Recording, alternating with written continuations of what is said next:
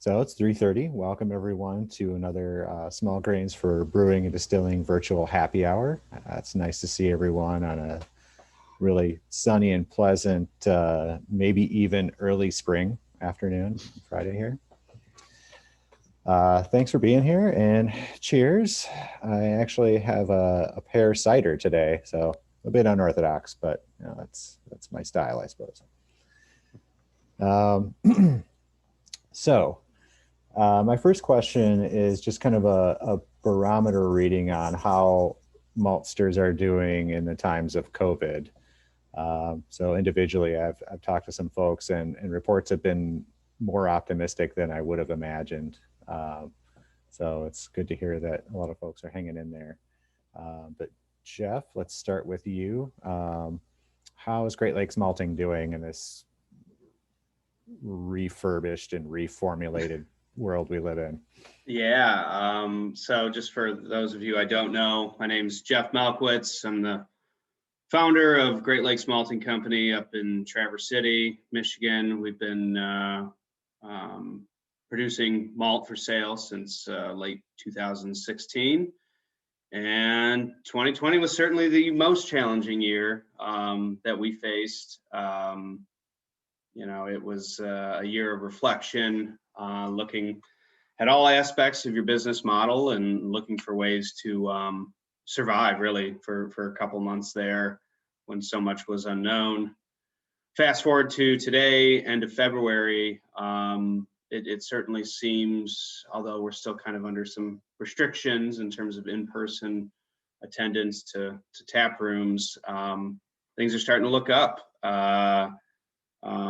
Happy to share that actually February 2021 was our all-time high sales month, which completely blew me away because this is usually a pretty slow time. So I don't know if that's just a flash in a pan. I don't think so.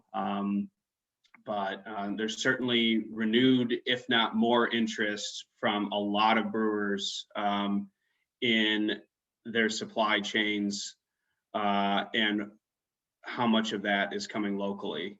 I haven't gotten out to meet and specifically ask every single one, and I'm talking new customers, because that actually makes up the majority of some of our sales growth in February, and kind of get that feedback from them. But in the conversations that I have had, a lot of breweries are looking within their own business models to see how they can differentiate themselves and stand out in the eyes of the consumers. So, not out of the woods yet. Still, who knows? People are getting vaccinated, and with those restrictions in place, I anticipate production numbers will be way down for the Michigan craft beer and scene. But we're just taking it one day at a time, and just focused on the quality of the malt, and then looking ahead now to getting our contracts in order for 2021 for all of our grains. So fingers crossed. Excellent. Really, good news. I always prepare myself for the worst in times like these, and any ray of sunshine is always welcome. That's for sure. Tom, if I can pick on you next. West Branch is also engaged in distilling, so there's been some different activity there over the past year too. Well, I guess I'm Tom Thatcher. I'm the founder of West Branch Malts. We're in the Cleveland area, and I would say that it could be worse. Certainly could be better. The biggest stumbling block is all the brewers are hurting, and we've lost a few. Both to the economy itself, where they're not coming back. But on the flip side, we've lost a few as well that were, dyed in the wool local kind of guys that, wanted to do nothing but, our grain, and, just decided that, whatever they could get from Swan would be adequate, and less expensive, and they were just going to have to go with that. But on the flip side, we're really doing, I guess, better than can be expected. In our case, paycheck protection was came through for us. So that was very helpful. On the distillery side, we're just now moving into state stores, and but that's been something that been pretty good for us. It's like we have tours of the malt plant and the distillery, and people are still buying the Groupons. We put up a sign on Interstate 71 saying distillery tours, which has been helpful in dragging a few people in. So we're doing our best to kind of keep the wheels on the wagon, come out the other side. But, to be truthful, we're bleeding red ink, but hopefully better days are coming. Yeah, awesome. Yeah, bleeding red ink seems to be part and parcel of having a craft malt house, from what I hear anyway. So, the story about, how do you want to make a little bit of money making craft malt? Start out with a lot of money. Nice. So looks like Larry's on the call. Larry's malting operation is on a completely different order than Jeff's or Tom's. Larry, are you able to join with audio right now? Yeah, my video doesn't want to start, but can you hear me?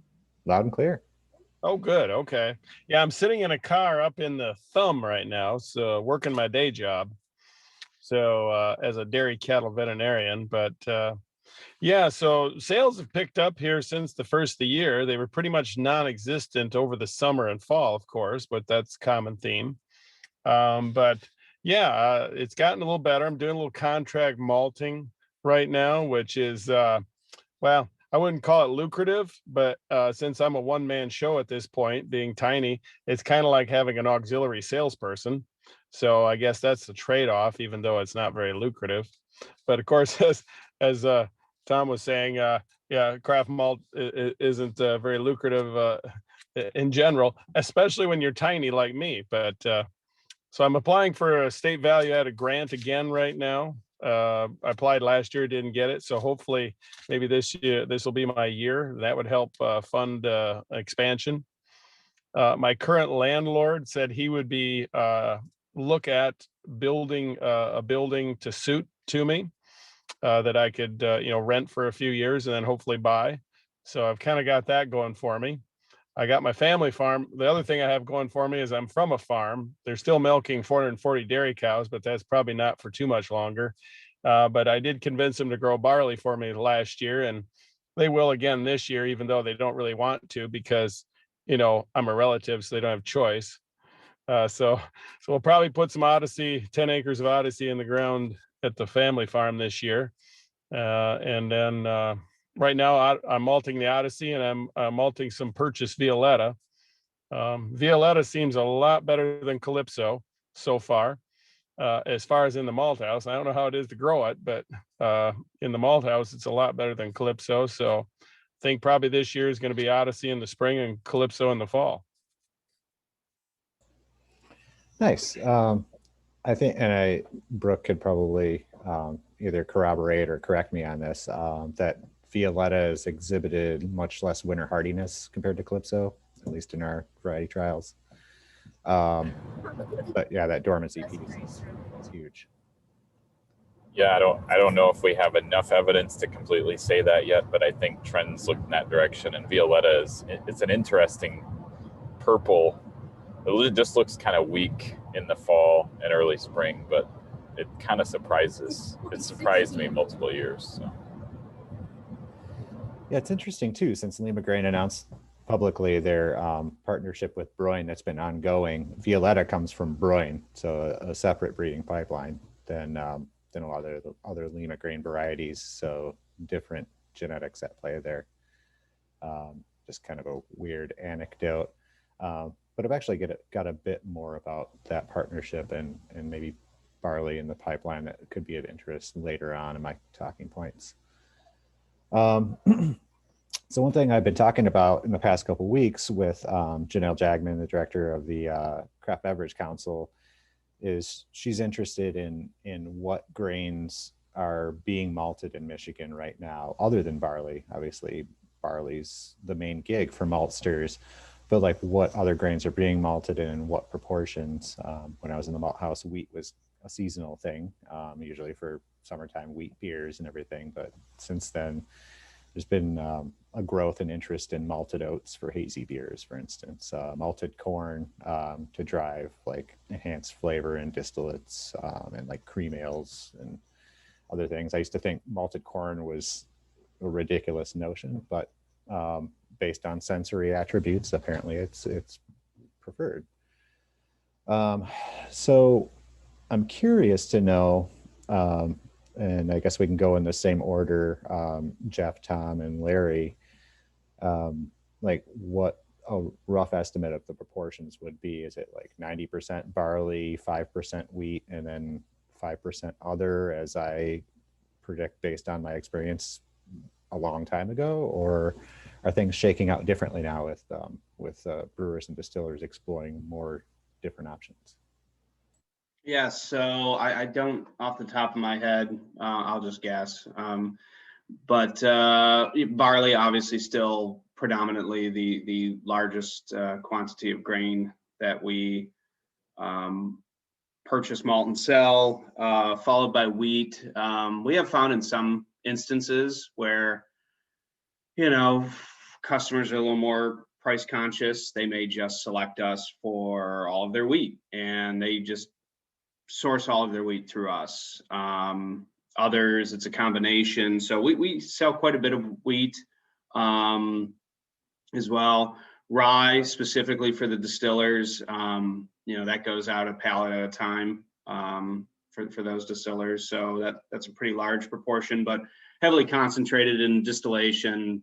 As you know, brewing, it's like a bag here, a bag there, really recipe specific. And then we found a lot of success. We've malted corn, and that we'll just leave that as as that. It's a fun project to do, but there's a reason that flake corn exists. So we have actually, I'm giving away the secrets here, but whatever.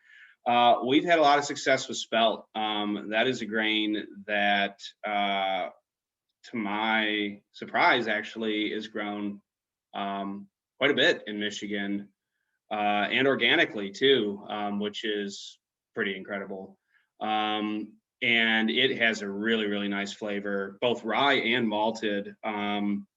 Some of the more wild mixed fermentation brewers like it, traditional Saison farmhouse styles. I mean, that's usually calls for spelt. Even have a couple of distillers too who are interested in giving it a try. So to the other maltsters out there, three of us, it seems like in some cases some of the more unique grains that aren't commercially available can kind of open the door for us to get in front of some breweries and kind of start there. Another project that's again, a reason why they don't grow it a lot is Emmer. That's a fun one to work with, but the processing headache of getting it dehulled is a bit slow. So, but again, brewers want what they can't get. So, I think it's in some ways our job to help them get it. But that's for the most part, some oats here and there. But again, that's pretty specific to style.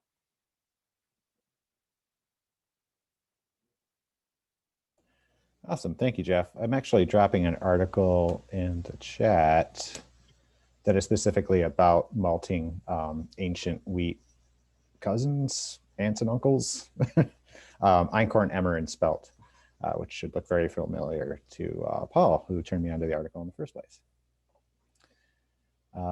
Tom, same question. Are you folks doing anything with adjunct grains to any significant degree? No, we're still completely barley. We're considering malting wheat. Our direction is really more towards we purchased a roaster, it's a coffee roaster, and our direction is you can have any color barley you want. That's kind of what we're trying to push forward. We're in a difficult position because our smallest batch is 10,000 pounds, and having 10,000 pounds of wheat that's sitting around malted that is not flying out the door is not what I had in mind. Whereas the roaster, I can roast 50 pounds at a time and, put it in, 5-pound bags, and everybody's tickled pink. So that's, more where we're going at this point. We're asking our customers, do you want us to get into wheat? If so, how much will you buy? If we have no, from everything we've heard about rye, it's very difficult in our drum technology to get it done. It's too bad Matt Cunningham's not on the call, because he's done a lot with wheat and malted corn as well. But that's not part of what it is that we're interested in at this point. We just want to have a complete line of everything that Breeze would have, as for instance, in the barley line. Gotcha. I invited Matt, but his kids aren't quite old enough to run the malt house yet, so that's probably what he's doing. I know Larry is malting some wheat right now. I dropped off there for a minute to get on the video, so I think you can see it, right? Yeah. I'll take my glasses off, but yeah, I've always malted some white wheat grown by my family farm, because they always grow 100 acres of white wheat, so I've always got access to it. It's no special variety or anything. It's just a Dynagrow variety, but it's always malted very well, and brewers have liked it. Gives an 84% extract. Malting wheat is, like, to me, it's way easier than barley. So it only needs 2 steeps, so it's a little more efficient on the water. Just kind of grows predictably. Yeah, it's kind of and I charge the same for it. So it's kind of like I still have to do the work, but it takes a lot of the worry out of the malting process the weeks I do wheat. So yeah, so I've always done white wheat. I've had red wheat, but I've never had a demand for it. So I actually have never, I malted a little, but I've never really sold it. In Michigan, if you go from where I live in the middle part of the Lower Peninsula down, it's all soft red wheat. If you go from there up, it's all white wheat, soft white wheat. So I'm kind of have access to both. We're kind of fortunate in Michigan. We can grow both well. And I just haven't had call for the red, but why it's that way in Michigan that they do red in the south and white up north, nobody's had a good answer for me other than tradition. I don't know, maybe Brooke can answer that question. I can't see any agronomic reason people do it. It's just, that's what farmers in those parts of the state have always done. Nabisco has a flour mill in Toledo, and they process 6 million pounds of wheat flour a day that they send to 12 bakeries in the eastern U.S. So they want red. Yeah, that's what I was going to guess. It's just market driven primarily, but you have Star of the West and up kind of in the north, right? Or east north, maybe that's driving some of the white. I don't know. You've got the cereal companies for the soft white winter, Post and Kellogg's and Knappen, and I think they buy a lot from Star of the West, from what I remember. Chelsea Milling Company, you know the name Jiffy Mix, used to only use white wheats, but now that they sell Jiffy to hospitals and prisons, they can use red as well. So Jiffy uses both nowadays. Interesting. Seems like most Brian. of my brewers just want white. I don't seem to have much call for red, although I know red is used in brewing, but most of my brewers seem to specify white. Probably just because that's what they've always used. Ryan, I put a question in the chat, but I'm also curious if how pre-harvest sprout issues vary between wheat and barley. Is that a less of an issue in wheat than it is in barley, or more of an issue? Do we know? So falling number in wheat would indicate sprout activity, and we when I was in the malt house, we didn't direct contract our wheat with growers. We would pick it up from a mill, from Napid, which supplies Kellogg's. But if we had any question, like the one time we did purchase direct from a grower, I just did a germination test and then called it good there. Tom says no, not really an issue. Well, yeah. Yeah. So, right, like Brooke, wheats are just as prone to pre-harvest sprouting as barley. I'm sure there's some genetic variation, just like there's with barley, right? The wheat industry spends an inordinate amount of effort, especially in the West, measuring falling numbers to make sure that that the grain is sound. So yeah, it's a huge concern. Yeah, historically, I think the whites are a lot more susceptible than the reds. And rye grain is very susceptible to sprouting. For some, So Brooke's question in the chat for the maltsters is, are there grains that your clients are asking for you to deliver that you're having trouble sourcing from growers or being able to contract being grown near you?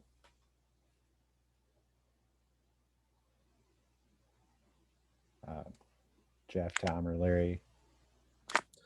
I think some of my brewers use a fair bit of rye, and I have a little rye, but I've not malted it yet. But I think rye beers have always been there, but my sense is they're, I don't know if resurging is the right word, but I think their popularity is remaining. I see a lot of brewers using a little rye in a lot of beers right now. So I think that's one that's going to remain popular, and I definitely want to get into malting some rye.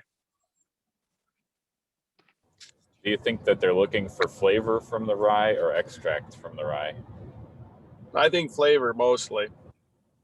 Yep, they like that little bit of rye bite in certain styles of beer.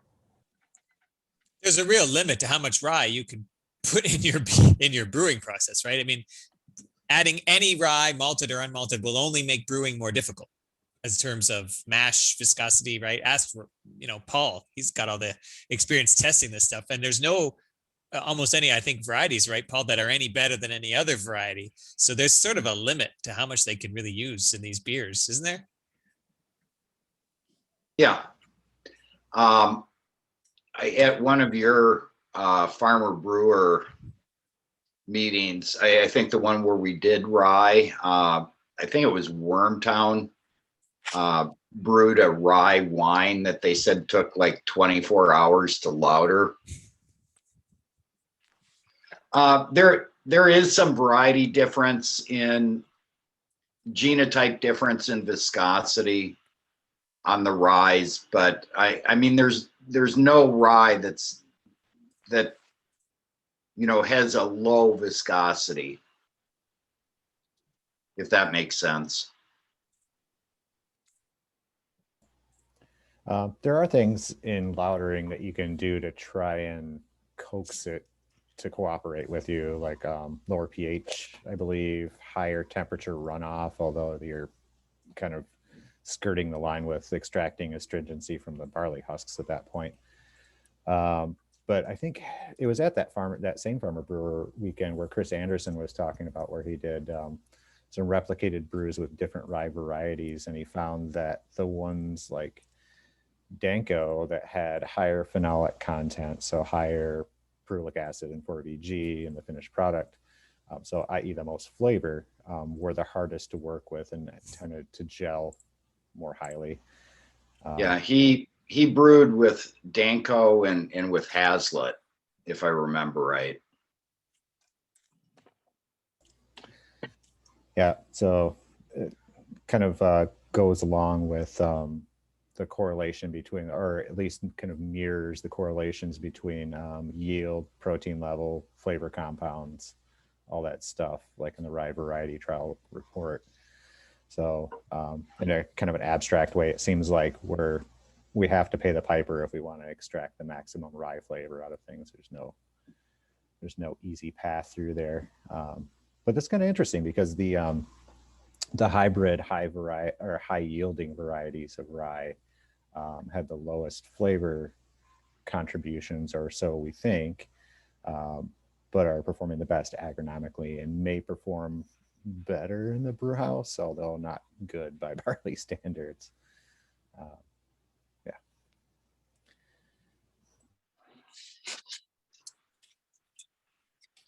Oh, Jeff had to step away for a second. So my next talking point is I was talking to Kevin Slaw from Emergent Malt in Zealand the other day, and he really wants to work more with 6-row, which is something I love to hear. So moving forward, he's gonna contract some 6-row acres.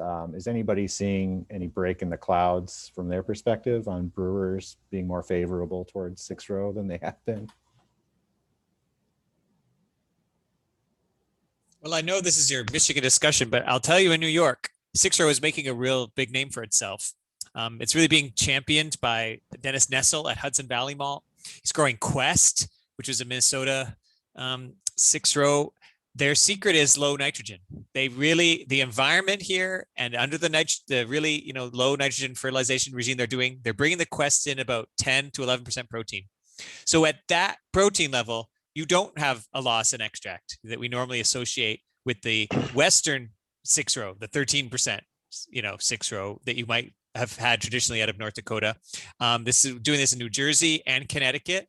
And when you look at the malt analysis of that, you just look at the malt analysis alone, not looking at the kernel size assortment, you wouldn't know that it wasn't 2-row malt. We're talking about 81.5% extract. We're talking about balanced modification. It's not as hard to modify when the protein is low. We're talking about enzyme levels that are not excessive, fan that's not excessive. So Quest and Robust are both finding a niche for themselves. Now the assortment, yes, obviously the kernels aren't as big. The brewers would need to look at their mill settings carefully, but we're really happy about this. They grow well. They do not have propensity for pre-harvest sprout, which is important in our climate here, yours too. And they're finding a niche, and they're just, Dennis calls it myth busters. He's myth busting, right? This is not your adjunct brewer's 6-row. You do have to kind of break the brewer out of the psychology that 6-row is what Budweiser uses. Well, yeah, at 13% protein, or 12% protein, but not at 10. If the beta glucan and alpha amylase levels were consistent, generally, you're finding? Yeah. There's no sort of propensity towards these. I mean, like Quest, Celebration, Robust. These were all, mainstream 6-rows during the glory years. Now, Scott can help us understand when those years were. He's old enough to remember he was there. And when they started to fall out of favor, when they started breeding, when Anheuser-Busch started breeding its own 2-rows to essentially have the enzymes of the 6-rows. So, but these are mainstream varieties, elite malting varieties, right? So they were all vetted and approved. So they don't have problems with beta glucan or modification, right, Scott? I mean, these were all AMBA listed.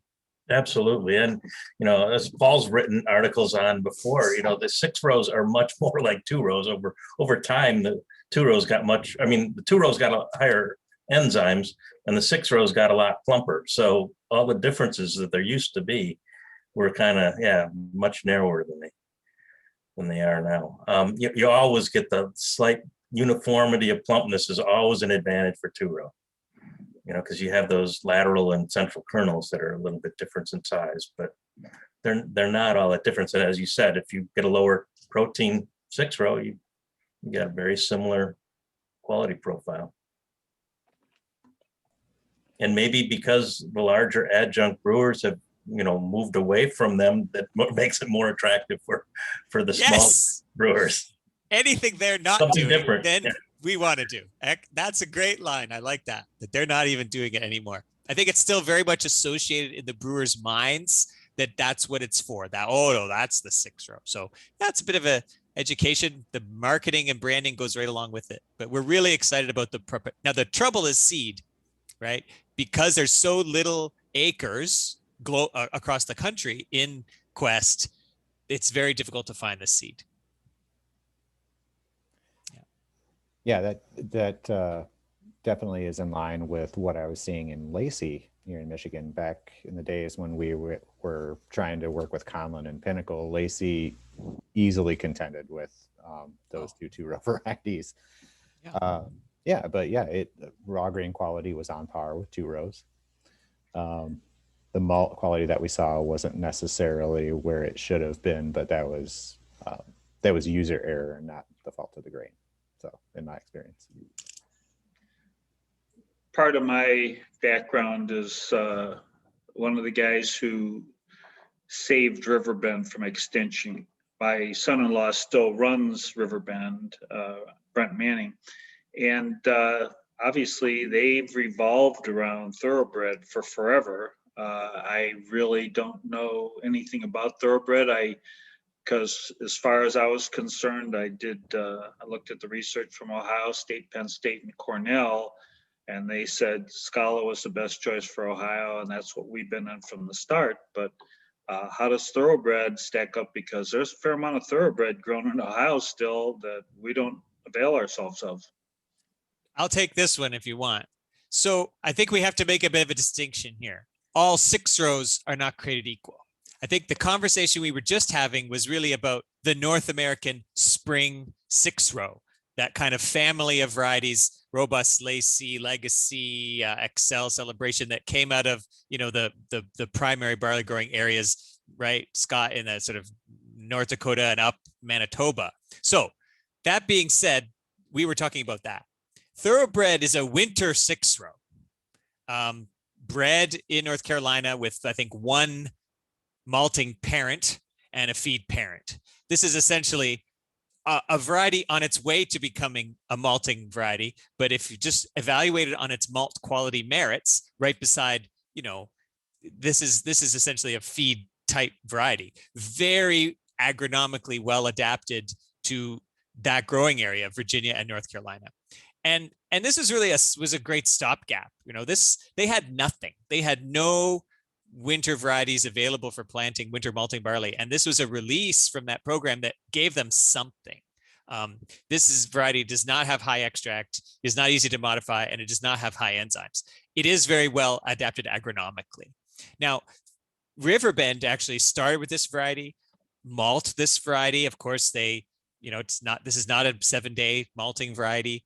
And they actually developed a following for this. They built their brand around this variety, the flavor, the functionality, the story. And so it has continued to be a successful part of their brand. But this is not a variety with malting characteristics that are on par with elite, global germplasm. This is really I consider it a marginal malting variety, but it has been a very important in opening up the southeast, that mid-Atlantic area to malting barley when they had nothing. Now that they have Violetta and Calypso, I think nobody else other than Riverbend uses it, right? It's just become a part of their branding and a part of their flavor profile and a part of their company. But very, very few other people would consider using it. It's really interesting too, because the name has actually this brand recognition behind it now too. Not to a really high degree, but when I have this conversation with maltsters and brewers in my area, they're like, oh yeah, I've heard about thoroughbred. I'd maybe be interested in trying that. And I want to be like, no, but I don't want to turn them off to the concept. I mean, I don't want to muddy the waters even more. So I think it's a real balancing act. I work with a lot of craft malt houses, and it's a balancing act between finding something that's unique, but not too difficult, right? Like heritage is a good example, right? So when we reach back and say, well, we're going to malt, what's that one you guys brought back in Michigan called? Oh, Spartan. Spartan. Okay. So we're going to build Spartan. We're going to build a brand around Spartan. Okay. It's unique. It's distinctive. It's got a great story. It's got a great history, but at 15% protein, it's got like 72% extract. So how much can the brewers really use, right? Like that, to me, it starts to get a bit too far, right? From being functional enough that you could build a business, that a brewery could build a brand around and it still be affordable and efficient. And I don't know how much of that Spartan project really ever was commercialized, right? I think you have to find it. I think thoroughbred's a lot closer in that value proposition, but making malt is hard. It's already difficult at this scale.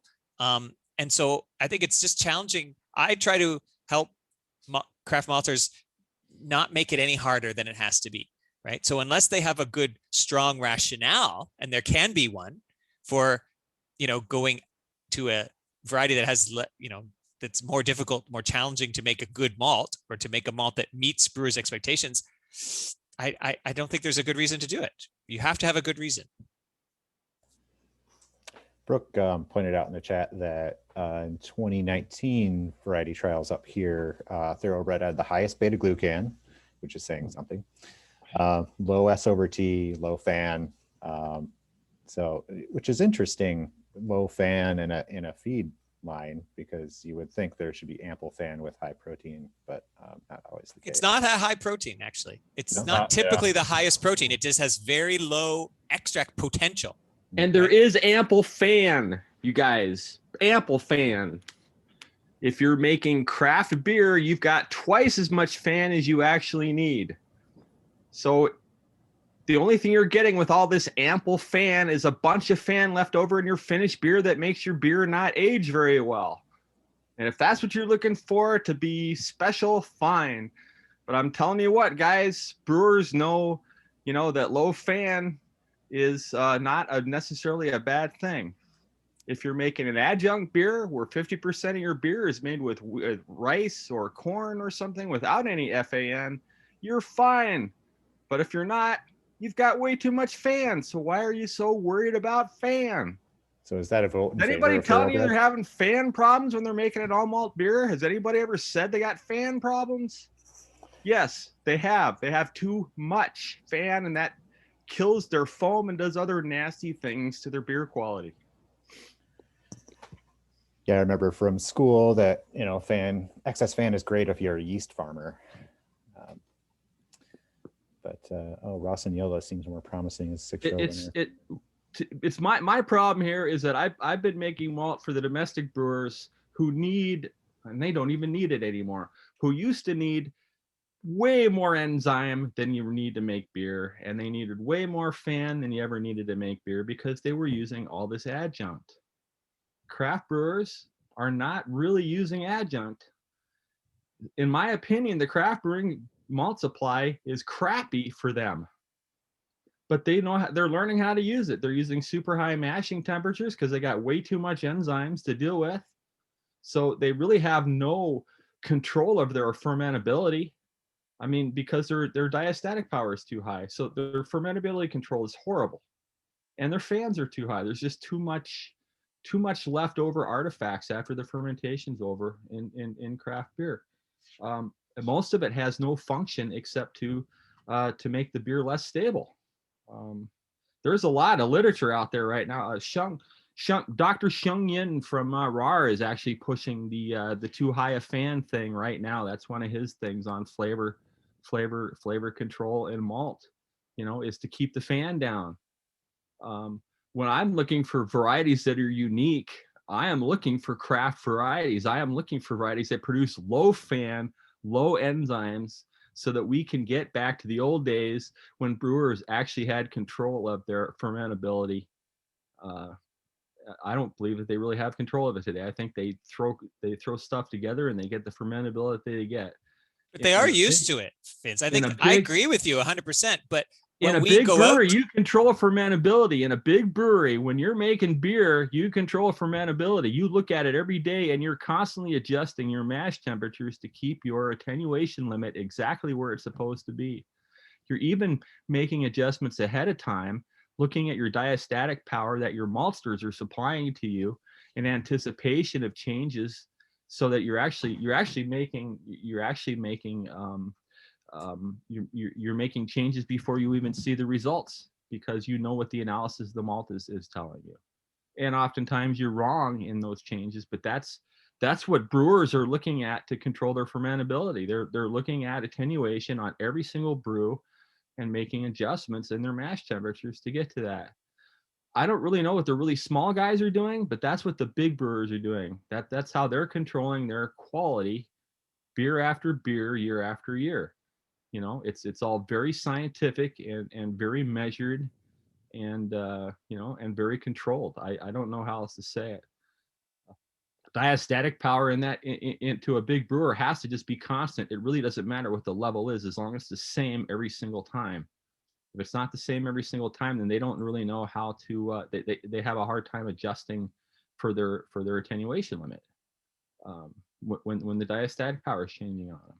So it's also obvious that different barley varieties have different heat stability, diastatic power. Aaron, I think you showed that. Somebody showed a slide, but it's definitely true that different varieties, the diastatic power in different varieties have different heat sensitivities. So you take a look at that. You think about that now. Diastatic power is not diastatic power. It's not one molecule, all right? It's not one molecule with one heat stability. It is a combination of molecules that all have, right? That they all have a special shape somewhere that they have the catalytic function, the special shape and the special charge, to hold the products for the reacting. So I don't know. I think there's a lot to beer that's already been known that we need to grab a hold of and then try to make better for the craft brewer. My dilemma is the craft brewers have been using these domestic malts now forever, and now there's the ability, I believe there's the ability to give them something that is perfect for them, but I don't think they want it because they want to stick to specs that are stuck based on the old Budweiser recipe or the old Miller High Life recipe. Those malts are totally different than the malts that crafts would benefit from most. There's no doubt in my mind. Where do you think the DP should get to then, Vince? 90? Could they deal with 90? Okay, so let's talk about DP. That's a very good question. This also ticks me off about DP because everybody's worried about DP. I don't know why. Look, let's start with the one fact. We use two different in Europe and the United States. We use two different DP values, right? Units. One is Kolbach and one is Lintner, right? Okay, well these units are way different from each other. Like Windisch Kolbach is like and anyways, the magnitudes are way different. That's just from a conversion, Vince. That's just a Celsius and Fahrenheit. The Kolbach's about 3 times bigger, let's say. There you go. About okay, 3 so what's times your point? bigger. So what's your point? So my That's just point a conversion. is that you're getting half the diastatic power in high premium European malt than you are in high premium US malt. Half. The Europeans are using half the diastatic power that we have been using for making adjunct beers. All right. So why do we need twice that to make craft beers, guys? If we have all malt beers, why do we need twice the adjunct? Why do we need twice the enzyme in an all malt beer than Europe needs to make Heineken? Why do we need that? We don't. And in fact, the only thing the diastatic power does for you is make your conversion too fast and uncontrollable. And the only way you think that they might be used for that now, Vince, though? We hear complaints, the craft maltsters I work with, that when they do deliver a much more European style malt quality profile with like 90 DP, the brewers complain that the mash takes too long. Or they're not paying close attention. They're not paying close attention to conversion time, and they just mash off after 15 minutes without checking their iodine. And they don't get good extraction. So you have to completely retrain them. Yeah, they have to change the way they brew, right? But they shouldn't have to. They shouldn't have to mash that much longer. If they've got, I've had 1 minute conversions that were too long. Okay, 1 minute conversions that were too long. So why is a small brewer mashing for an hour? Come on, you guys, seriously. Do we really need an hour of conversion time in modified malt? The answer is no, you don't. You need an hour in conversion time if you want to activate 10 different series of enzymes in a temperature ramp, but your conversion time takes nothing. So if you're having a hard time iodining, you're not resting at the appropriate temperature, or you're having a mixing problem or something else. I mean, there's all sorts of things that are making your mash work better or not better. It's always easiest to blame it on the malt because that's the change that they see. That's the thing that they see that's different. Say, Aaron, do you remember any of the research on the heat stability alleles for beta amylase? As I recall, there wasn't a lot of variation in the North American germplasm where we didn't have the real high thermal stability allele. You're right. I think your memory is right. So there's certainly variations in the heat stability of beta amylase. Diastatic power is a measure of saccharifying activity. So it's primarily an indirect measure of beta amylase. We saw the Australians, they Direct, have by it. the way, direct. I'm going to tell you direct, and I'll tell you why later. Sorry. The Australians have it in some of their varieties, that heat stable beta amylase. And there's a variety, Pilot. I'm not sure where it's from. I've seen some malt come out of Washington State. They're growing this variety, Pilot, must be European, and it has it. But other than that, we didn't find it in any of the Canadian material. None of the Canadian germplasm varieties had it. They were all regular heat stability. I don't know about the US stuff, if it's been looked at. I think it was similar, but it's been a while, and I recall there not being much variation. I think you could bank on that. Yeah. Because they're all related to each other. Right. Right. All the Canadian varieties are just cousins of, They're cousins. they're just cousins. Yeah. Yeah, I just wanted to say that when you're measuring diastatic power, there's a lot of methods out there right now, but I believe you're watching the digestion of a beta limit dextrin under the excess alpha amylase. So That's alpha, Vince. Huh? That's alpha. That's alpha. Alpha. You're excess alpha amylase. Okay, so excess alpha amylase then in regular starch? No, you got it backwards. A little confused. So we measure alpha amylase using a dextrinized starch substrate, the disappearance of starch in the presence of excess beta amylase, right? So we make a beta limit dextrin by allowing beta amylase to do everything it can do, and then we watch the disappearance of the dextrin based on the activity of alpha amylase. Yeah. We measure diastatic power by allowing the crude extract of malt to react with a starch substrate, and we monitor the production of reducing sugars. So reducing sugars go up. So the more reducing sugars, the more diastatic power. But since it's actually a crude extract and it's native starch, it's actually indirect because it's really the combined action of all enzymes that are working together to create reducing sugars. Now, except that you are measuring glucose, right? In that analysis, you're measuring glucose directly, correct? All reducing sugars. It's primarily all reducing sugars, but don't you have to go through a membrane? Doesn't no, you're not going through a membrane to get to that before you do the reducing sugar? Yes, there is a dialysis membrane. Yeah, but it's really just leaving out the much larger dextrins and undegraded starch. So all saccharides would go through. Maltose, maltotriose, sucrose, glucose, they're all going through. It's all reducing sugars. Well, but they're even very long starches are reducing sugars. All right. I don't know what the cutoff is. Sugars. Huh? Sure, they have a reducing end, but don't forget that the combined action of alpha amylase and beta amylase produces primarily maltose. So primarily it's maltose. Yeah. Okay. We can talk later. It's primarily maltose. It's got to be. Well, in one membrane is taking out only glucose and it's only measuring glucose, but that's okay. We can. Well, the membrane has a cutoff, so large things stay behind and small things go through. Yeah, the glucose, like maltose, glucose, and the large things like maltose, maltotriose stay behind. Much bigger. They had to be much bigger. Paul, what do you think? I think that I don't know where the cutoff is, but it's keeping the undegraded starch back.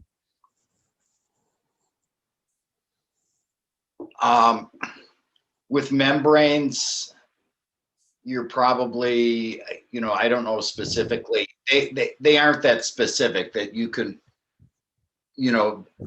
just by a few few extra sugars, you aren't going to get a cutoff there. You're probably taking out anything with, molecular weight over 1,000 or maybe even 3,000.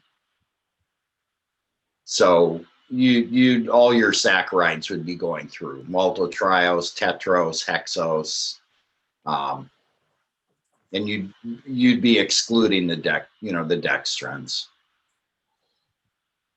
It's a deja vu to the test method. People are passionate about the test methods and the the measuring results, apples to apples, and I not a chemist, so folks should know that. But I do see this driving opportunity for the highest level of our knowledge and data application, which is where I try to always push ourselves, is that it's the numbers should drive us. The numbers should tell us what to do. I personally don't think we have the access to the germplasms today that we're using that are giving us all of the flavors or future potential. So I think I want to bring it home only to drive our decision-making process, that our spring barley, our winter barley, our potential 6-row varieties are going to be brought into here.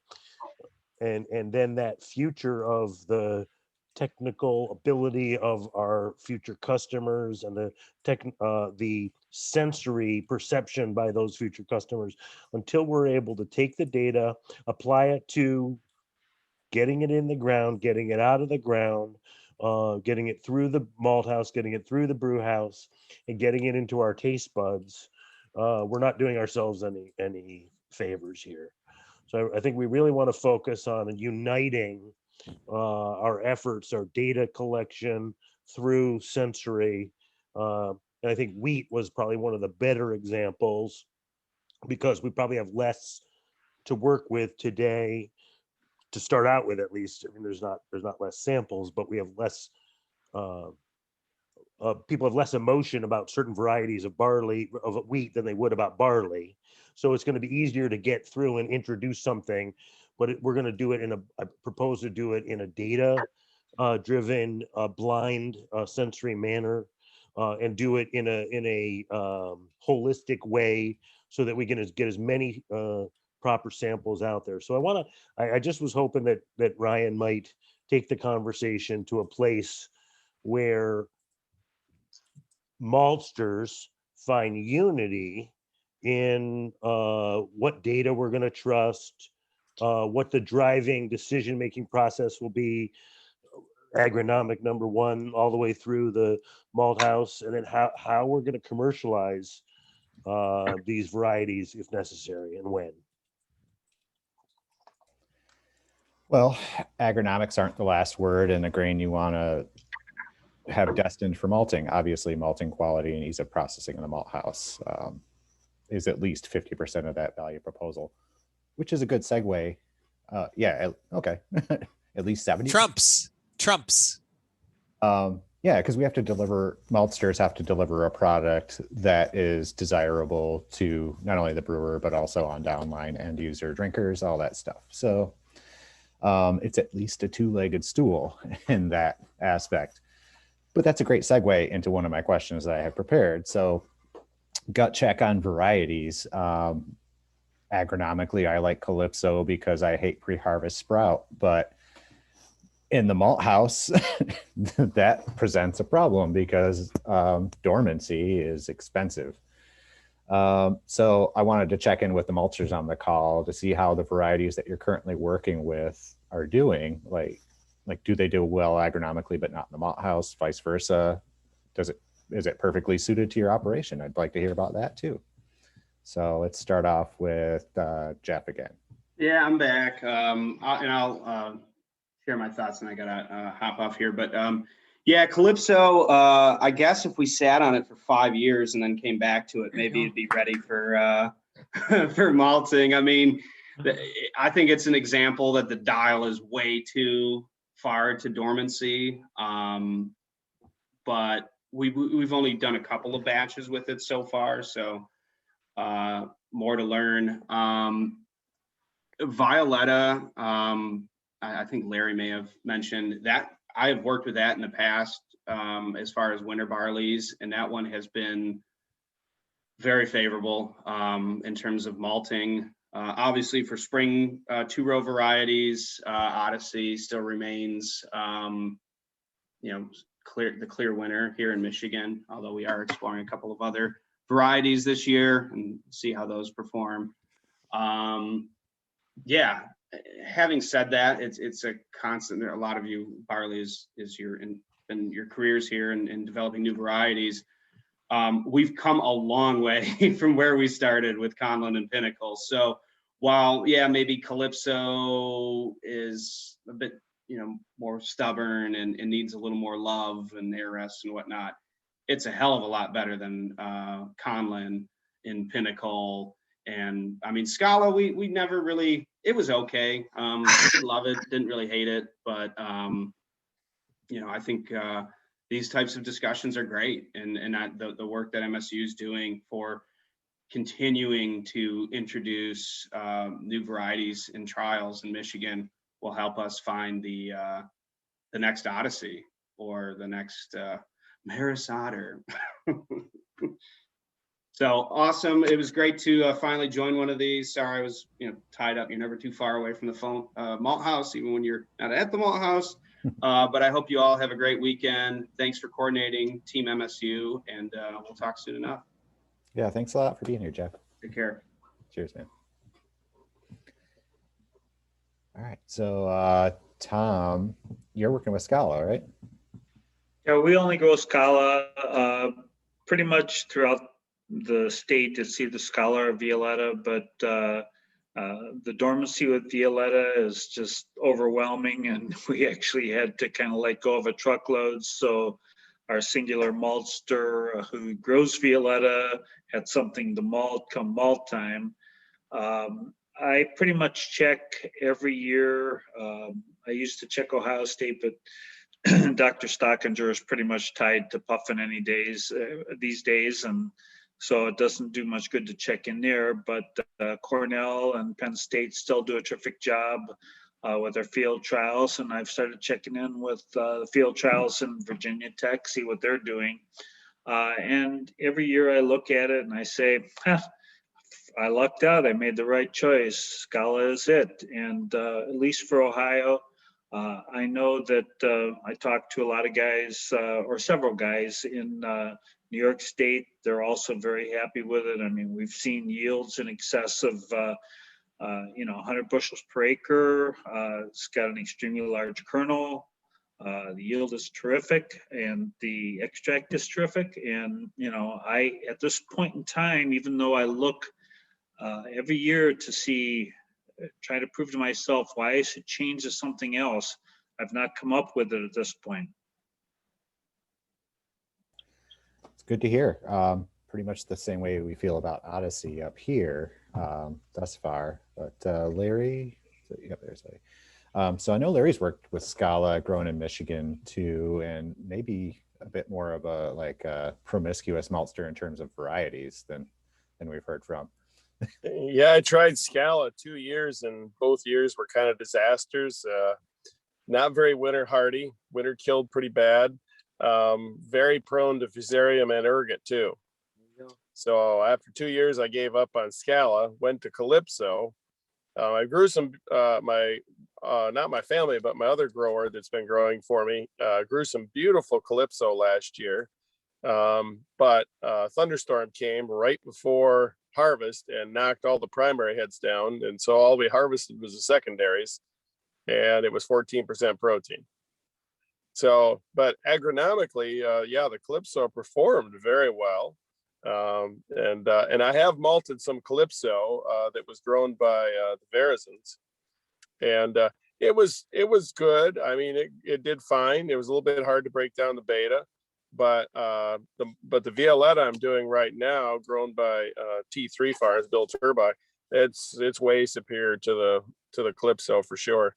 No dormancy at all. Grows at a nice rate. Fantastic enzymes. So yeah, so Violetta, at least in my hands, is much superior to Calypso in the malt house. And then, as Jeff said, Odyssey is just a really nice malting variety. That's what I'm malting this week, is Odyssey, grown by the family farm. I haven't had the best agronomic luck with it. This would be the third year I've grown, and the first year I've gotten a crop. It likes water, so it doesn't like dry weather. But if you can grow it, and we can here in Michigan, Yeah, it's develops good enzymes, not dormancy, takes up water like crazy. I mean, what I have right now really needs 3 steeps because it's a little bit dirty. I mean, as far as it's got dirt in it, so it needs 3 steeps to clean it up.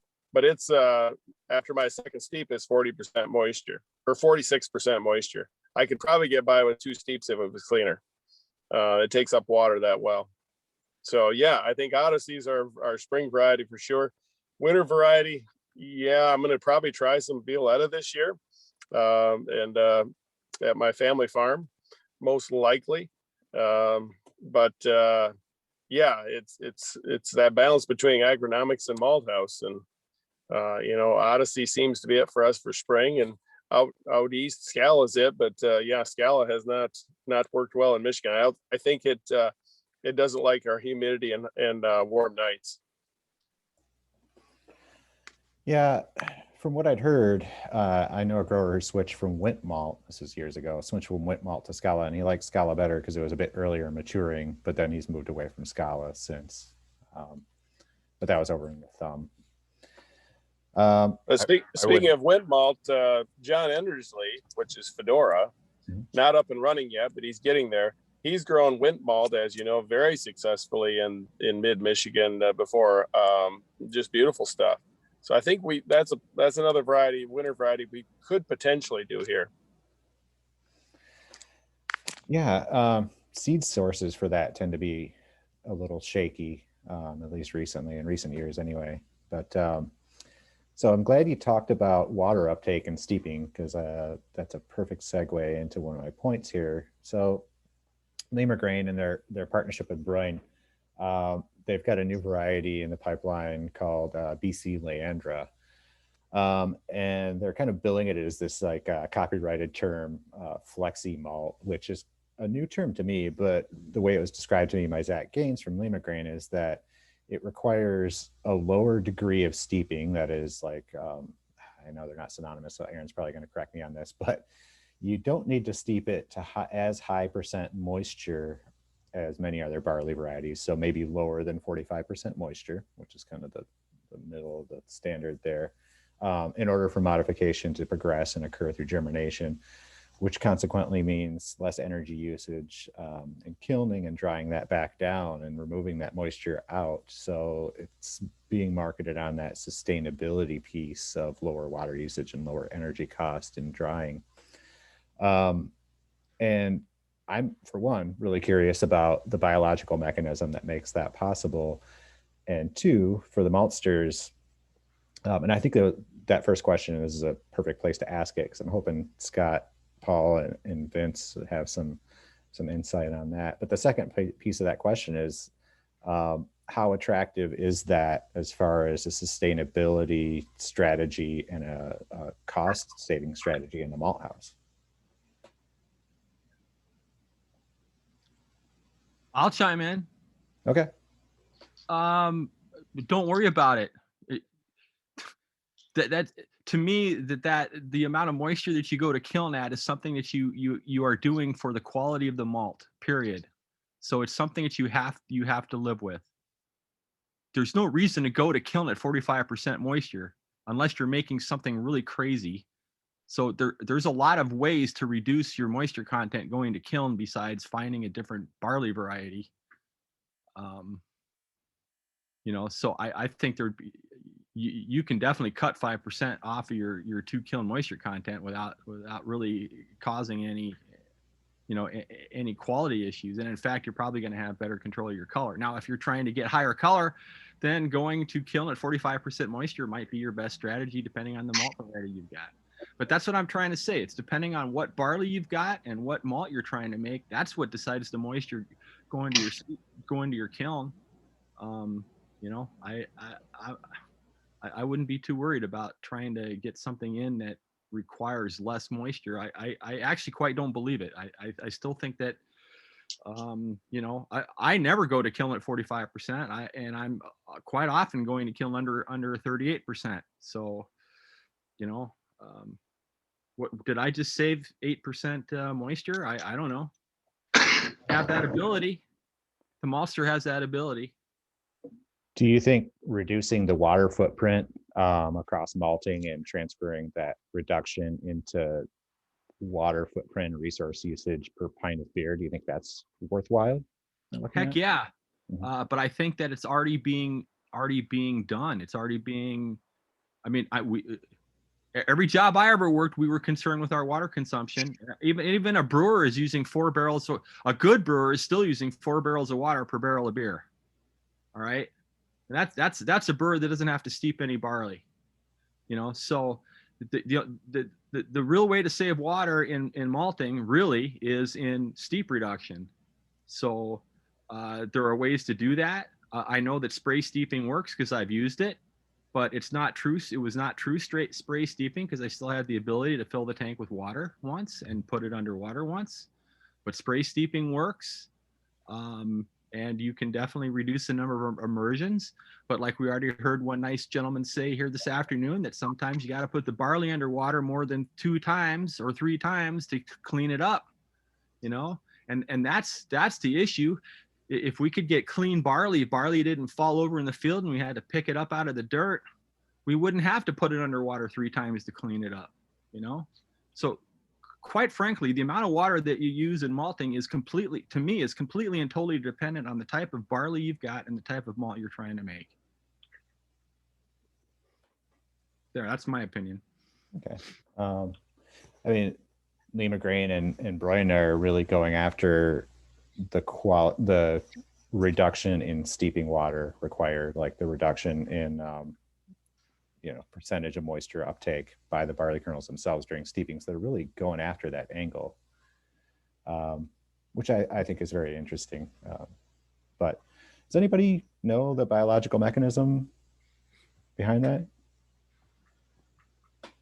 No. I had heard about it when it was. I want to point out it was put some legislatively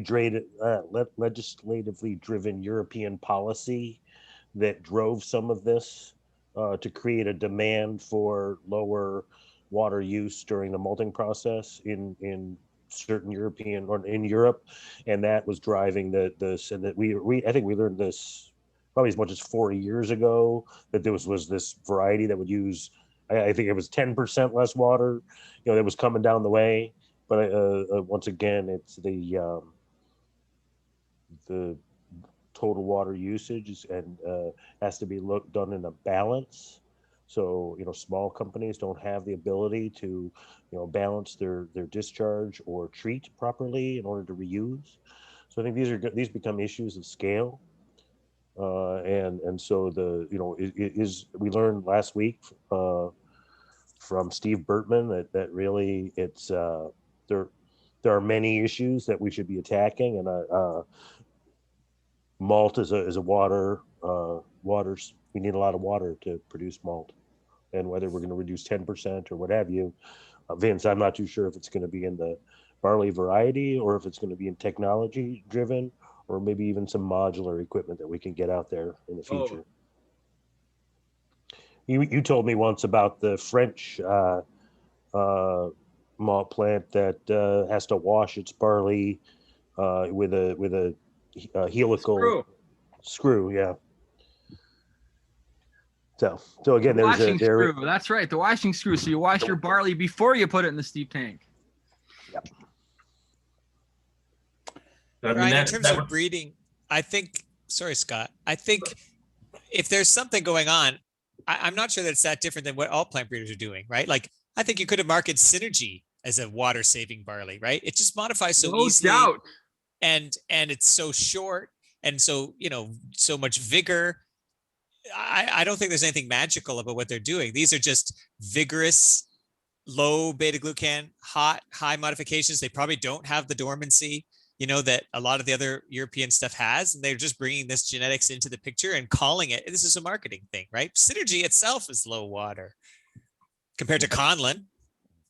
Yeah, I was going to say that's what we're selecting for when we're selecting for low beta glucan. Yeah, we're probably selecting for low yeah things that the sell well, you know, it broke Right. down quickly. So And I saw that, every year, Scott, right? You just came back from the PGDC meeting, right? But every year you malt the same way. That's how we in Canada do the evaluations. And you started seeing Harrington was here at 120 beta glucan. And then Metcalf was here at 75. And Synergy was here at 30. And so all the maltsters are like, oh, great. Well, we don't really need 30 beta glucan. We need like 120. So they just lower the water and it goes back up. So as the Canadian breeders made it lower and lower and easier and faster to modify, the maltsters were just like, oh, great, we'll compensate. And they could shorten the water and shorten the process. And I think you could call that, efficient barley. There's one other trick. We're seeing a lot of interest from the enzyme companies now. They've approached us and some of the other maltsters we're working with, and it's sort of driving the same way. They're saying you can use exogenous enzyme products, that the ones that we're using in the brewery, you can use them in the malt house. And that allows you to use less water and less time. And the enzyme companies like DuPont is pushing really hard on some products like Laminex and its use in combination with gibberellic acid to shorten dramatically the malting process. So there's technology too. Yeah. Doesn't sound very crafty. Yeah, I think that's baloney. This whole idea that somehow craft, you have to be rubbing 2 sticks together. When you walk into Tom's Malt House, that's shiny. That's technology. That doesn't look. Does that craft? Oh, I just wrote down technology driven. Yeah, that's what craft is. Yeah, I think craft is about embracing innovation and technology. This isn't artisanal. There's a difference between artisan and craft, and I think with craft we can go 100% on innovation. 100%. Yeah, I think that plays back into the statement you made earlier about craft maltsters not making it any harder on themselves than they absolutely have to. Yeah. Use GA. If you're malting Calypso and you're not using GA, you're frankly not using Calypso the way it was meant to be used, because you go over to Europe and they're all using it. Boort Malt is using it with those varieties because that's how they have to use it. Are we using it here in the US? Of course, everyone's using it. Bullshit. Well, they're not when they're malting Synergy, Vince. Canada Malt doesn't need it for Synergy. But if you're malting, Proximity or whoever, I'm sorry, Violetta, you're using it. Jib is common in the United States, is what you're telling me. Jib is common in the United States, and craft brewers are okay with that. Vince, I think, with respect, I think your attitudes on Jib are formed from a very North American perspective. In Europe, Jib is widely used with winter 2 and 6 row genetics, because otherwise you'd be looking at 9 and 10 day malting. I never used Jib in Europe ever. I was there 3 years and never used it once. France, I used it more in America than I used it in Europe. In Belgium, never used it in Belgium ever. They use it in France. I know that Anheuser-Busch is using it, which just shocks the heck out of how. Why? It's a tool. It's a tool. And the brewers should have no particular objection as long as it's being used in a responsible way, not in a way which some, I think, people have used it to make up for inferior quality barley. That's not what I see as a sort of appropriate use, but to improve the vigor of very low vigor dormant barleys, I think that's a very appropriate use.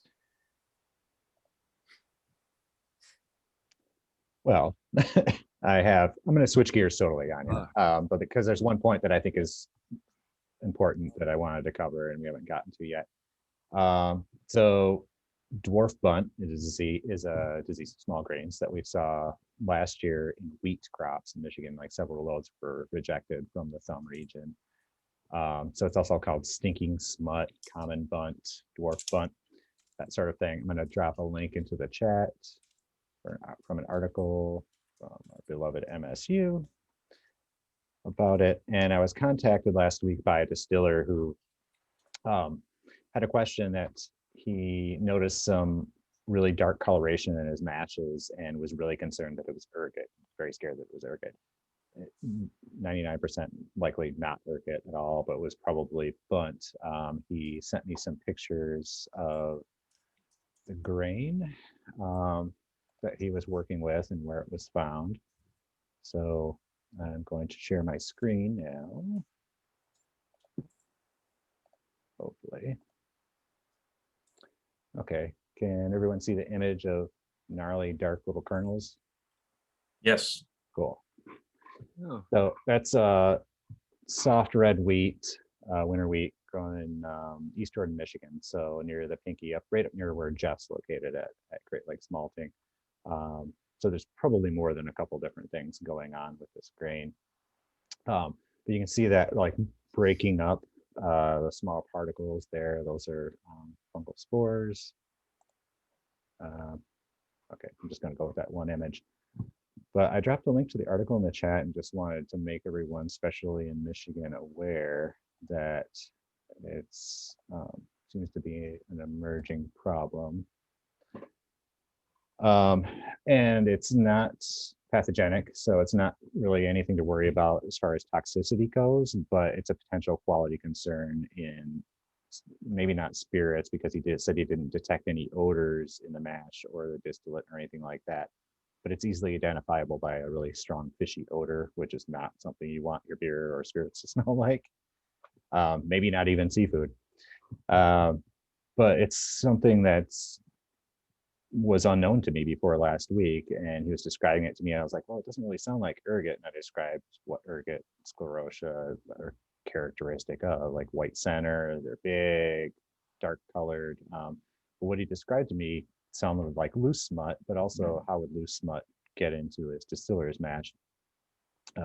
Answer, it's not either of those things. So I just wanted to bring that to the folks who are here in the region's attention, to be on the lookout for, because you may be presented with the same question, you may encounter a similar or the same thing in your grain coming in. But yeah, something to be aware of. And there's some loads rejected at a mill or at some mills here in the state.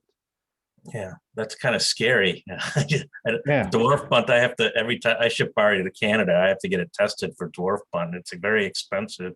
It's $75 a sample to get it tested before I can get a phyto to send any seed to Canada. So that's something that's concerning, that I've never seen a positive out of any. I have never gotten barley from Michigan, so or Ohio, but it's Well, not a good thing to have. No, so That wasn't what we just saw. Wasn't confirmed anything. Yeah, okay, wasn't confirmed, right? not yet. It's sample's been sent into the diagnostic lab. It's there, and also that's going to be portioned out and sent to Kansas State for molecular primer design for ease in testing. So we're on it, or like, I don't know, I did my part, so the rest of the folks are on it now. Right. But yeah, it was part of a question I was going to pose earlier about, anyone seeing a lot of disease pressure. Last year, I saw not much signs of disease in the lower peninsula of Michigan, southern lower peninsula of Michigan. But as we move northward at our test sites up in Posen and up into Chatham, things were looking much worse. And we really didn't have much problem with fusarium last year to speak of. But this is something that just kind of came out of nowhere and blindsided me. So fun stuff when you see a new disease rear its head in your heads, so to speak. But like with barley, we haven't noticed any in barley yet. It's just been in wheat, but it's kind of a new thing. There's not any reason to think that it couldn't cross that threshold into barley. Weeds in the field can be a vector as well. It's something that can be easily avoided by fully treating your seeds, but not 100% avoided. So using It looked like weed seeds to me, personally. So using bin run seed is highly inadvisable. And then because it happens, the ovary of the plant actually is what's being infected and developing in there. So you're not going to be able to see it from the outside because it's covered by a husk. And then with barley in particular, that husk is adhering post-harvest. So again, it's being concealed that way. So it's not something that's easy to scout for in the field, but only after the fact. Yeah, so that's a ray of sunshine. Is it cleanable? Can you take it out? It looks like it should be able to be taken out easily with some kind of screening machine.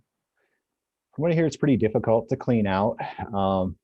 Just anecdotally, it looks about the same size as hairy vetch seeds, and those are really difficult to clean out. But yeah, I like anything. Okay, so length separators then would take it out. Yes, length separator would take it out. That I'm not sure of. I think with enough time and resource allocation, yeah, you could clean it out of there. But this was they only noticed it in the mash, so it just, there it is. They didn't In the know until it's mash. too late. Yeah. Well, seed treatment. You The said about, you're talking about like not saving your seed, but what if you would a seed treatment? Yes. So triazoles have been shown to be effective against it. Not 100%, but really, really good efficacy. Because we're having this question a lot now in New York, right? People are growing this quest. They can't find the seed. Okay, well, if it's their own seed, they can replant it. Fine. They do a good job. They clean it. They maintain purity. But then we are starting to see seed-borne diseases. We're starting to see smut and other things. So I'm like, okay, well, what about a save your own seed program, but get it treated? Treated, right? Yep. Yeah. You just Yeah. got to treat it, and I know it costs money and all that stuff, but so does having this problem rear its ugly head when your client. Is treating seed in New York not a normal thing, Aaron? It is normal, but see, people buy certified seed and it comes treated. So Yeah, sure. I think they're used to this program where they're getting their genetics and their treatment all together. So if they're Right. saving their seed, they typically don't treat it. They don't So treat it because not they're not seed. thinking about it. They're not thinking about it. Yeah. Okay. So I want to Always sort treat your of break seed. that. Always treat your seed, right? Always treat your seed. Yeah, we're breaking Why? this apart. You know, we're sort of breaking this apart for them into different pieces. Yep. A lot of root pathogens can be avoided too, just through seed treatment. It's pretty easy. Oh yeah. I mean, we had some 3 year, like 2 years after 2 years bin run endeavor, and there was just so much smut. It was terrible. Loose smut, or I mean, it was those little smutty heads. Yeah. Yeah, I don't know. I'm not a pathologist, but it was those little black smutty heads and then the little black powder everywhere. Powder that flies away. That's probably loose smut. Loose. Yeah. Oh. yeah, the bad kind of smut. No. Well, I mean, a bottleneck for our future is going to be access to quality seed of the quality varieties, 100%. and a bottleneck of capital investment, the ability for a small guy, medium-sized guy, to be able to send that back to the proper cleaning and treating. We're, just to be frank, here in Michigan, we're lucky to have, in any direction we want to go, a seed cleaner who can treat that product. In New York, unfortunately, there isn't that regional home. There's a lot of small guys. I guess I should clarify, you can't just send it to somebody at the wrong time of year, small amount of grain. But if you make that relationship, Michigan, Ohio, Indiana is lucky, and Ontario is lucky enough to have, within a couple hours, someone who's going to receive, clean, and treat that seed. In New York, in my experience, that does not exist. New York's so bloody big. You know, like this is the problem. We've got people growing barley in Buffalo. We got people growing barley on Long Island. It's there's nowhere is convenient.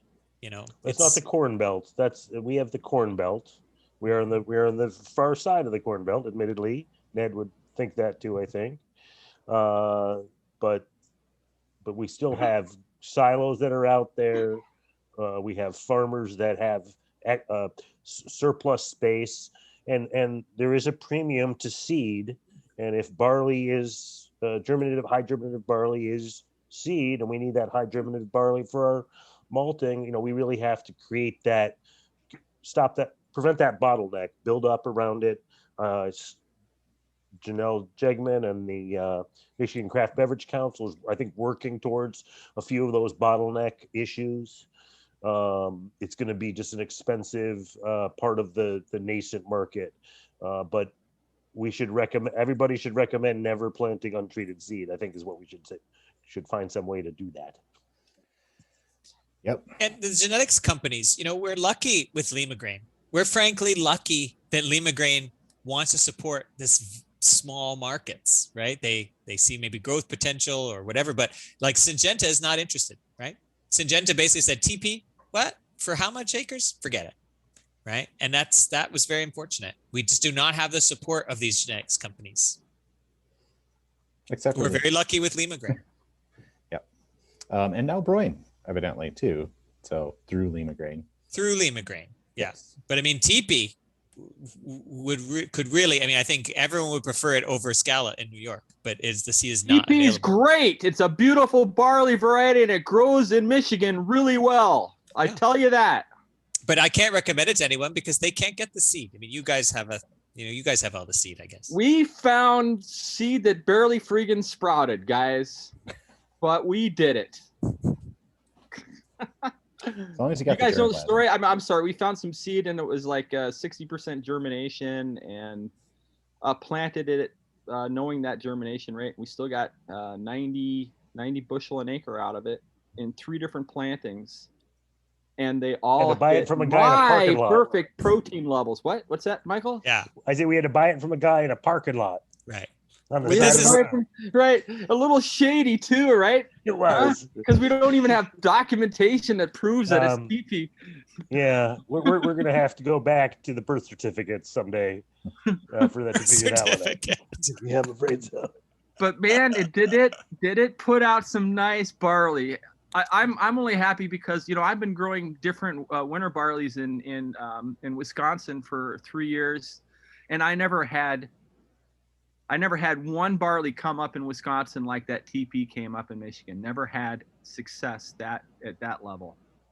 I consider that 100% success when I pick a variety based on all the data, and then we plant it in three different locations, and they all come up just about perfect the very first year, and we didn't even control the farmers' actions, right? I mean, pretty much did their thing. So I think the variety for me, for the kind of beer I want to make with it, the kind of malt I want to make with it, I think that's the variety for Michigan right now, for that kind of beer. I did want to make up two comments on, we only have a couple seasons under our belt, it's true. And, Vince, certainly had to be patient on the Calypso, it's true. There was some beautiful plumpness about the Calypso. I did have an issue with the Violetta that has this sort of arrowhead shape. So and the color. I'm talking about the arrowhead shape. I'm not too sure how it sorts down on the size, because it does diminish there in a phenotypical way. I did have probably the most experienced palate I know worked through both of those. He says that the Violetta has a AAP. I see amino acetophenone, which is an off flavor grape pop. Huh. That's a new one to me. News to me. It was grape soda, AAP. It's a flavor descriptor I've heard used to refer to the barley that was being grown up in Shepherd for Bell's too. So it's not an unknown flavor descriptor for a region. Well, that's where you heard the word, isn't it, Michael? You're very well connected, brother.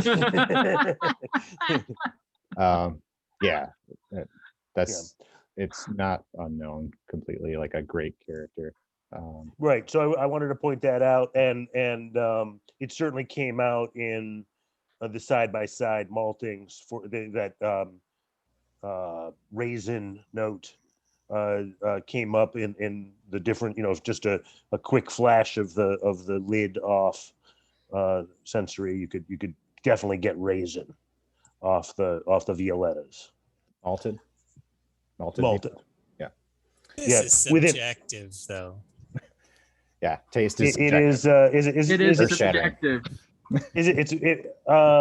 You're right, but it's all going to come down to sensory.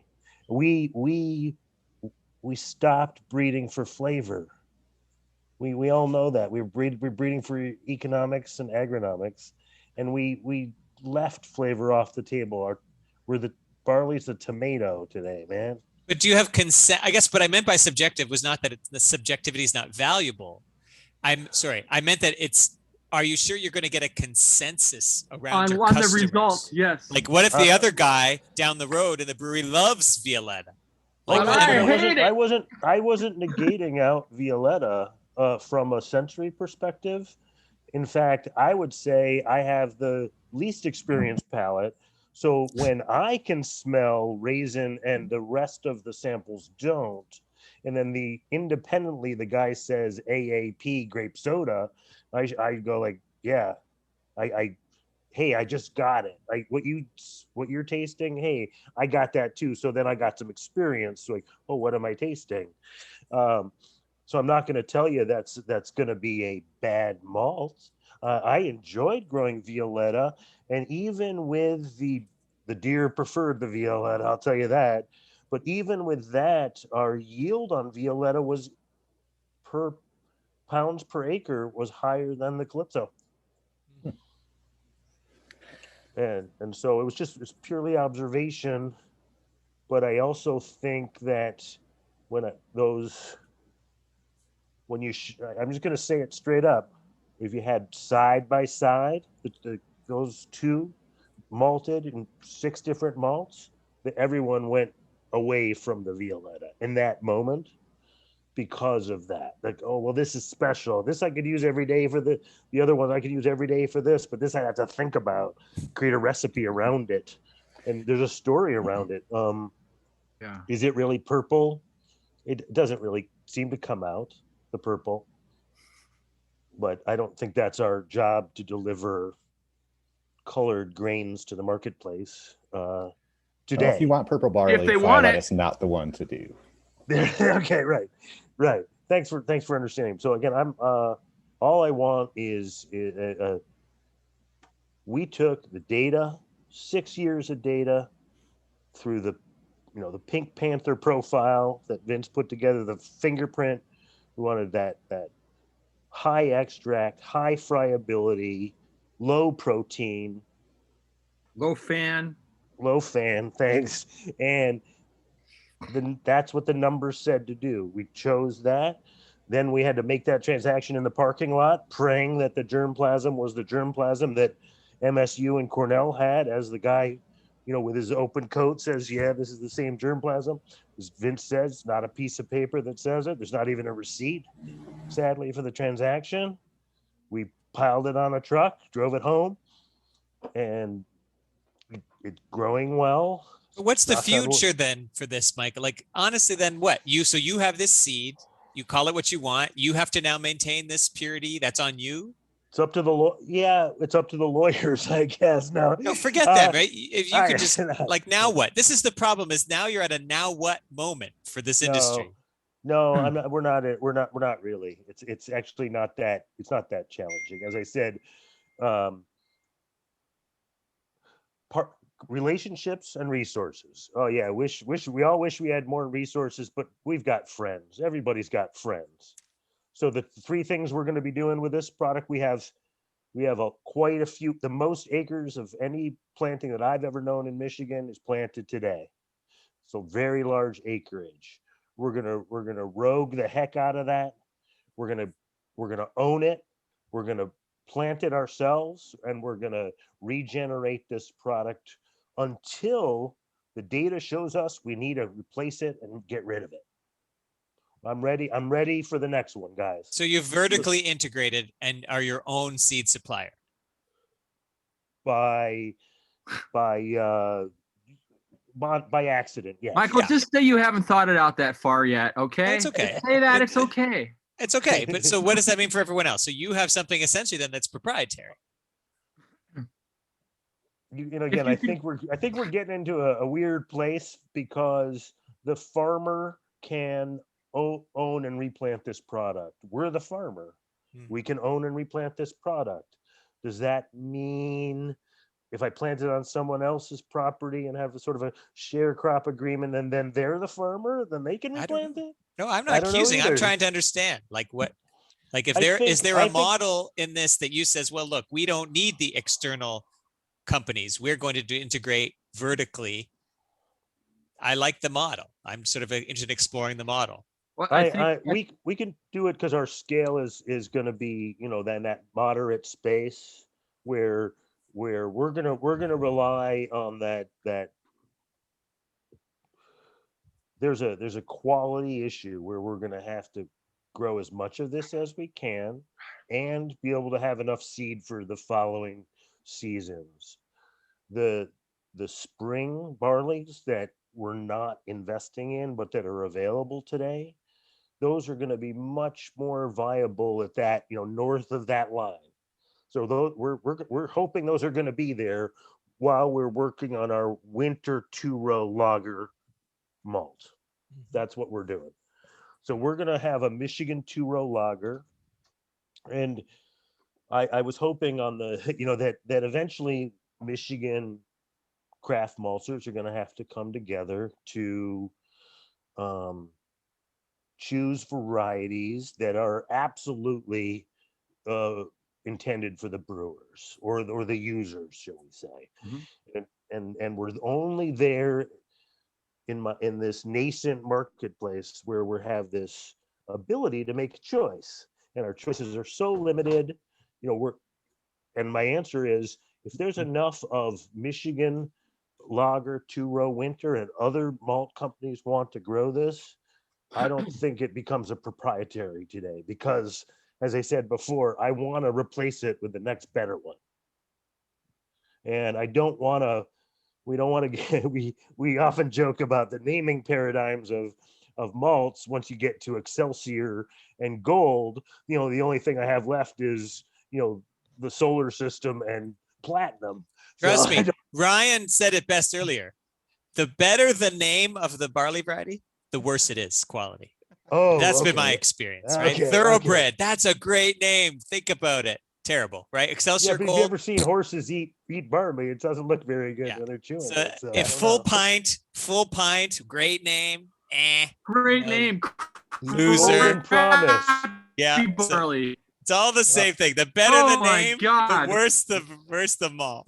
A Golden Promise. Cerveza, And that's Growler. what people wake up to, a Golden Promise, Kellogg's, cornflake. Don't do it. Just give it just name it after some dead barley breeder. We grew full pint in Wyoming and it still sucked.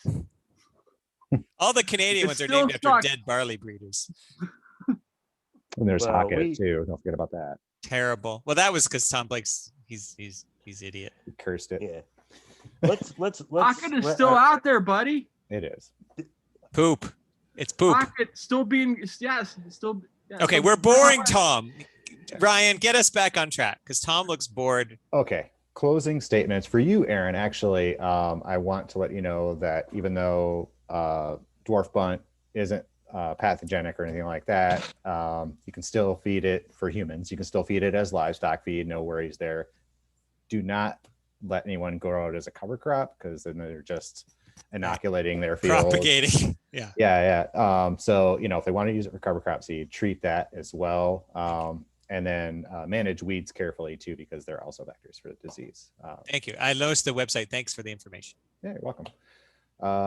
Bad to hear that it's a problem there as well, but good to know that you're getting this information. So good deal. On that note, next week we'll have Paul Schwartz with us, who is with us today as well. But next week he'll be presenting about rye malting. He's been working on studying everything about malting rye for several years now. So he'll be presenting about that. Joining us as well will be Joachim Wiersma from University of Minnesota to talk about the agronomic portion of that.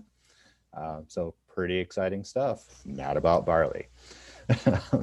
So yeah, it'd be good to talk about something different next week. Gives a whole nother meaning to Friday. Yeah. Dad joke. Rye. Fry. F-R-Y-E. Canadian. Yeah, fry. All right. Cool. We have a week. You had to explain the joke, but still, we appreciate the effort. So we get it now. All right. On that note, gentlemen, I will see you next week. Thanks, everybody. Thank you, Ryan.